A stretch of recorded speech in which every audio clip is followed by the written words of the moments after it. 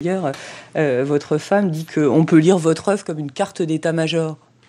Oui, c'est aussi parce que souvent, c'est plus facile de rêver sur quelque chose de très précis, en fait, presque topographique, ou sur un immeuble, ou sur... Ça favorise aussi la rêverie, la précision, ou la... Et ça veut dire que vous êtes un homme observateur, c'est-à-dire ça veut dire que quand vous vous promenez, par exemple, Oui. quand vous marchez, vous regardez vraiment.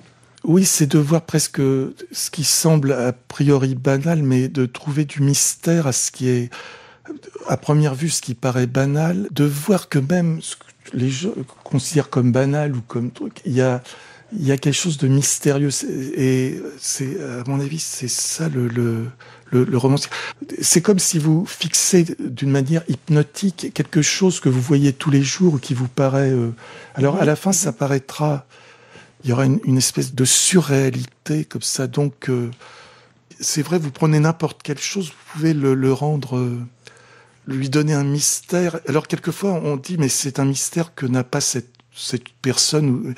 Mais moi, je pense que, au contraire, il y a un mystère partout, en fait. Mais c'est ça, peut-être, la vocation du romancier, c'est trouver un mystère à ce qui ne paraît quotidien ou... Et alors du coup, vous procédez comme par repérage, c'est-à-dire par exemple, Oui. je sais pas, je prends un exemple rue des boutiques obscures, qui se termine autour à la montagne, autour de Megève et dans la montagne, où on cherche précisément à la fois l'identité du narrateur et une femme qui a disparu. Est-ce que les détails sont exacts ? Tout simplement. Oui, mais alors les détails sont exacts, mais évidemment, si on prend le cas de Megève, tout ça, les détails, alors à première vue, c'est des chalets, en fait, mais vous pouvez le rendre bizarre. Par exemple, Megève, c'est un truc c'est lié à de sport d'hiver, tout ça.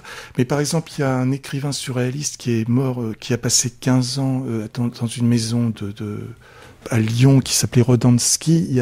Il a fait partie d'un groupe surréaliste après la guerre et il s'est retrouvé à Megève aussi. Et brusquement, Megève, alors lui, ça devient comme une sorte de complète. Alors que donc c'est vrai, vous prenez n'importe quelle chose, vous pouvez le rendre, lui donner un mystère. Alors quelquefois, on dit mais c'est un mystère que n'a pas cette personne. Mais moi, je pense que au contraire. Il y a un mystère partout, en fait, et c'est peut-être le romancier qui arrive à trouver c'est ça, peut-être, la vocation du romancier, c'est trouver un mystère à ce qui paraît quotidien.